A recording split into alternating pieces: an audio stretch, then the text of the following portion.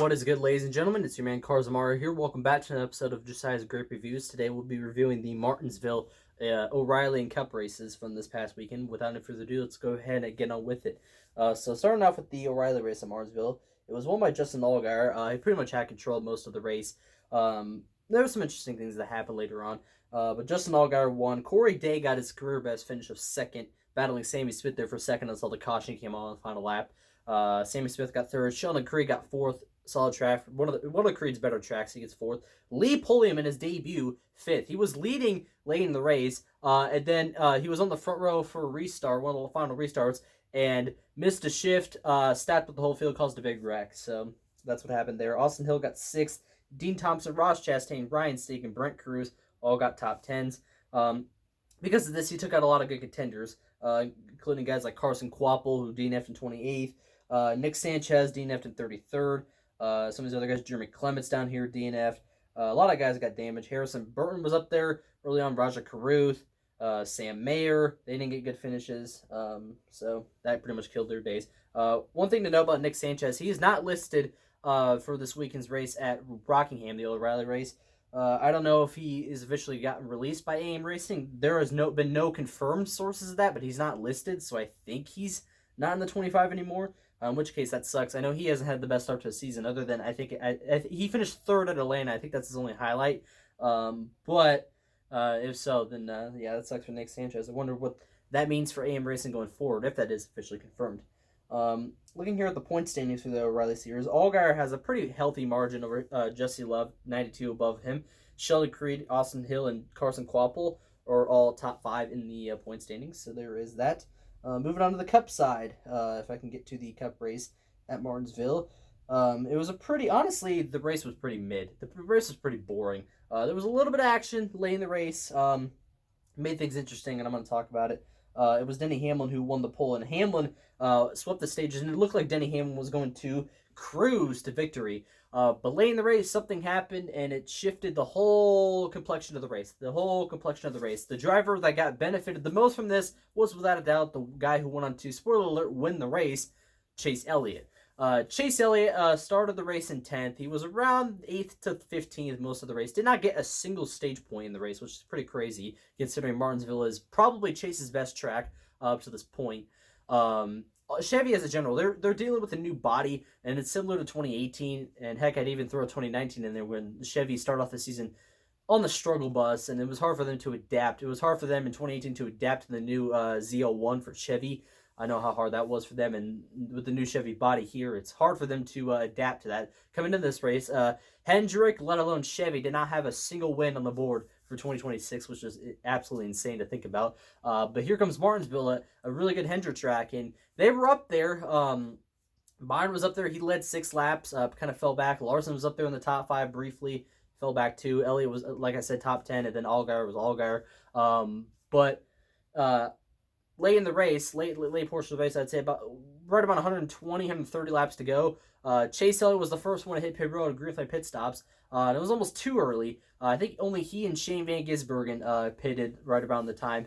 But it was mostly Elliott, SVG. I think had a good day. Then SVG kind of fell back, and I don't know where he finished. We'll see in a moment.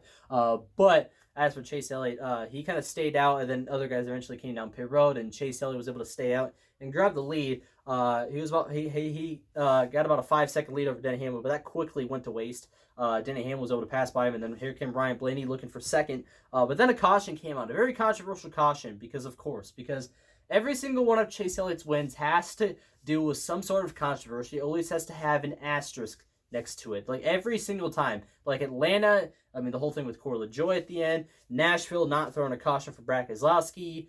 It always has to resort to controversy for Chase Elliott and getting a win, which sucked. But nonetheless, it benefited Chase Elliott. Everyone was able to come down pit road, and Elliott was able to have equal tires with Denny Hamlin.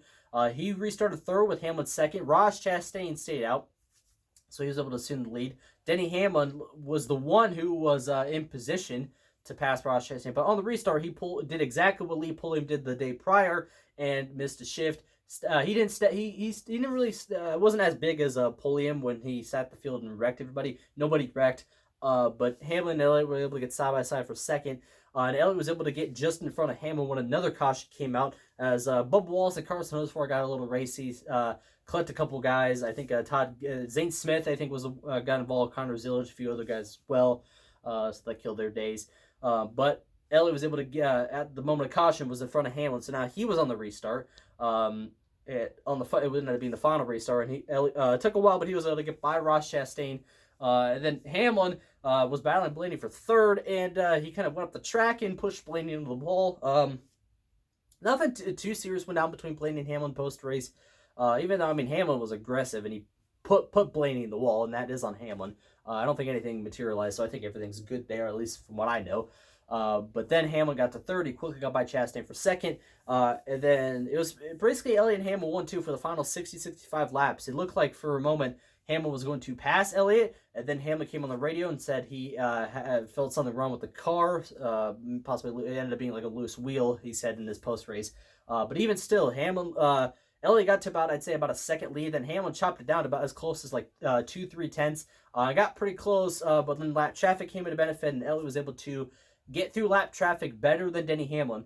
And that was basically all that he needed. Chase Elliott was able to run away with his first win of the season, his 22nd career win that ties him with Terry Labonte for the 38th most wins in NSCS history. Also in the process, Chase Elliott got over 6,000 laps led.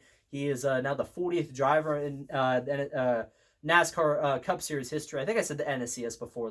If I did, that's my bad. That's my own series. I'm so used to saying that. But 40th driver in NASCAR Cup Series history to get over 6,000 laps.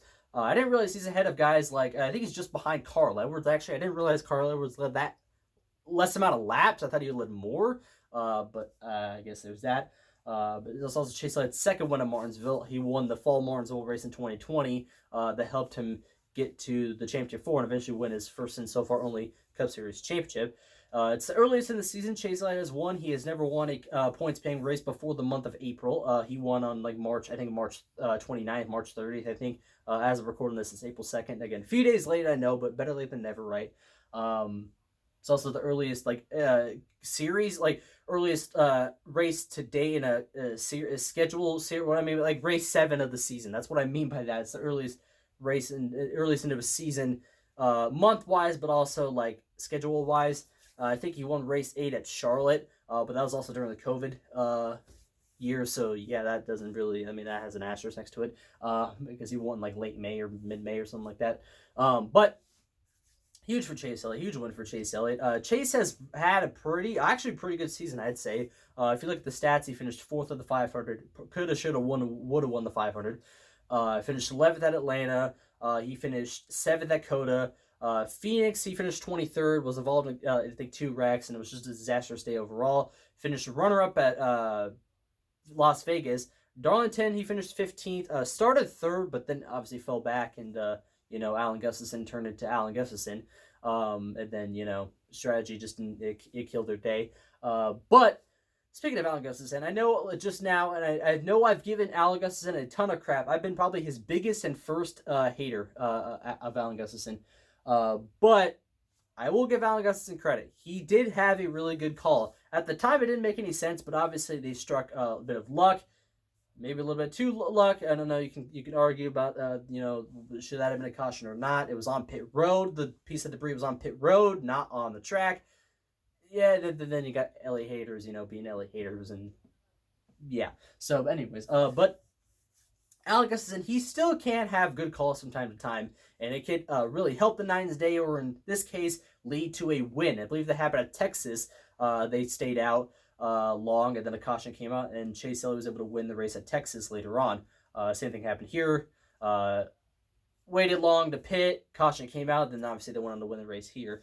So good call by Alan. I will give him credit. Everybody was, and now everyone's basically against all the Elliott fans for saying like, oh, Alan Gustafson should have been fired. And now everyone's like, oh, you sure he should be fired after this one? I'll give Alan credit. And like Jeff Gordon, those guys post race, he's like, you haven't been on social media, right? And Alan was like, no. And then Jeff was like, good. It was insane. Everyone was defending Alan. So I'll give Alan credit. I'm not going to hate too much on Alan this time around. It was his moment in the sun. So good job, Alan Gustafson. Good call there. So yeah, congratulations to Chase Elliott. Obviously, I'm a Chase Elliott fan, so seeing him win, that was good. And to finally get the second Martinsville win, monkey off the back. Chase Elliott's been close a couple times. I think this is like his 4th or 5th straight top 3 or 4 or 5, which is insane in Martinsville. Like I said, best track for Chase Elliott. So let's go ahead and go on with the results. Elliott, like I mentioned, was first. Hamlin second, led like almost 3 out of laps, so almost about if I do this math, 75% of the race almost.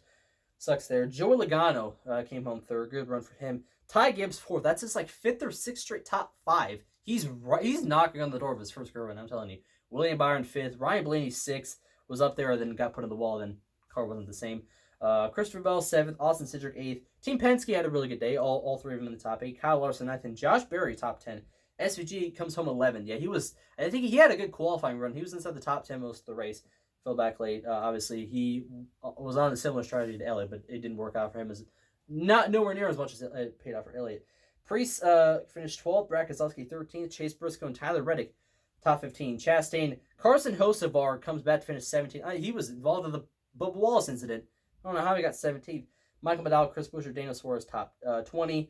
The rest of the list there, a lot of these guys had quiet days. Kyle Busch had an awful day, 2 laps down, 24th. His teammate right behind Austin Dillon, 25th. Noah Gragson got spun out, finished 28th, 3 laps down. And all these guys didn't have Ty Dillon, Bubba Wallace, Riley Herbst, Zane Smith, all those guys finished a lot of laps down. So now let's go ahead and look at the point standings. Tyler Reddick, even though he had a pretty quiet day, he still has an 82-point lead over Ryan Blaney, Denny Hamlin, Chase Elliott, and William Byron, or the top 5 in the points. So after all that, like I said, Martinsville in general, the O'Reilly race was It was a little bit exciting at the end. There was a little too much cautions, which happens at Martinsville. Martinsville. It's chaotic. That's bound to happen. The Cup race at Martinsville, I'm not gonna lie, was pretty boring. Even though Chase Elliott, my favorite driver, won, there was not a lot of cautions. There was not a lot of action. It was just Denny Hamlin dominating.